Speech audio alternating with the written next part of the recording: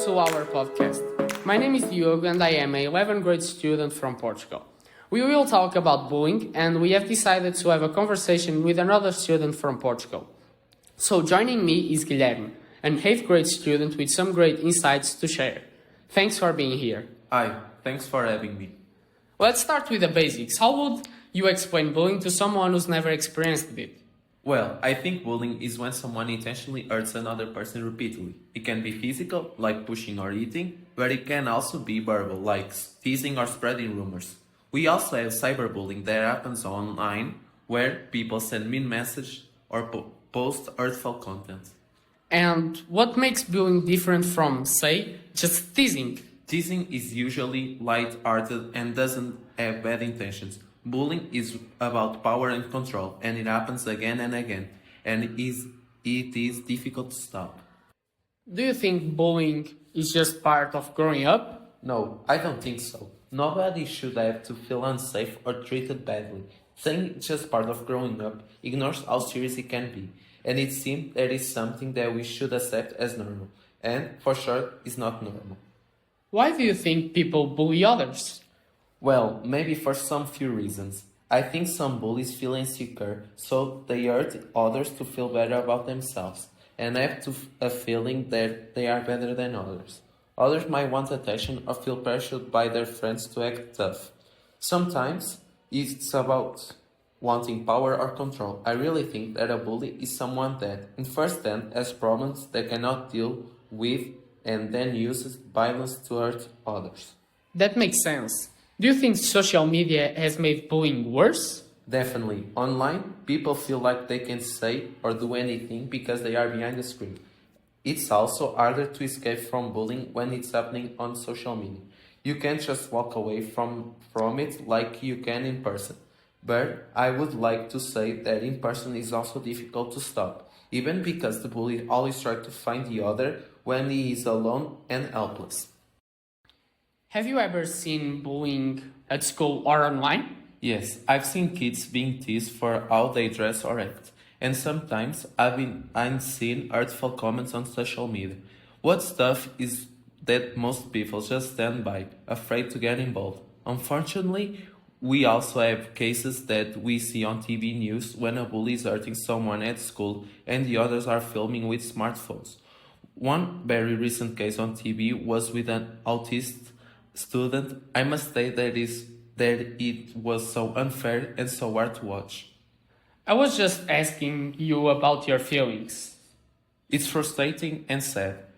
And when we see it with our friend, it's so complicated. I always want to help, but it's not easy. You don't want to make situation worse or become a target yourself. Yes, I'm also afraid, but if nobody does anything, the bullying continues, that's for sure. Some kids worry that telling an adult will make things worse. What you would say to them? I get that, but staying silent gives the bully more power. Teachers and parents want to help, and they can do something about it. So, what can students do if they see bullying happening? The best thing is to be an upstander, not a bystander. That means supporting the person who is being bullied.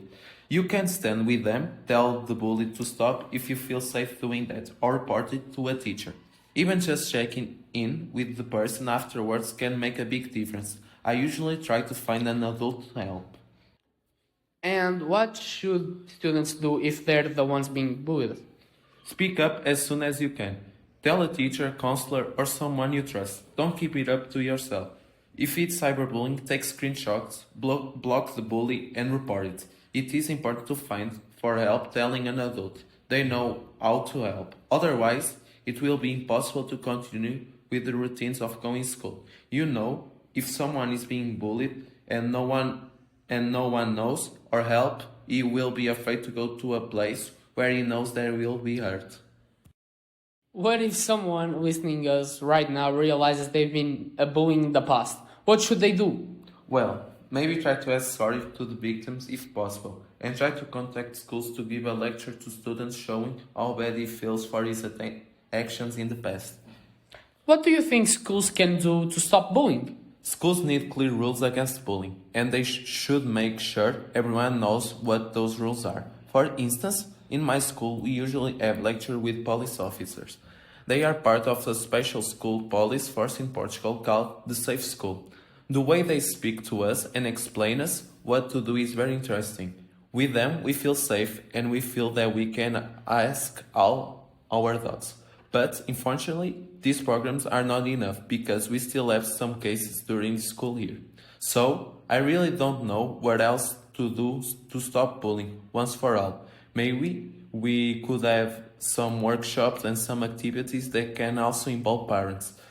And maybe some activities only for parents.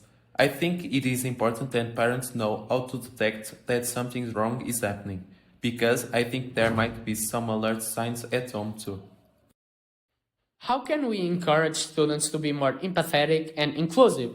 It starts with learning to understand others and to respect others, even if they are very different from us. Schools can teach empathy by having discussions about differences, like race, culture, or abilities.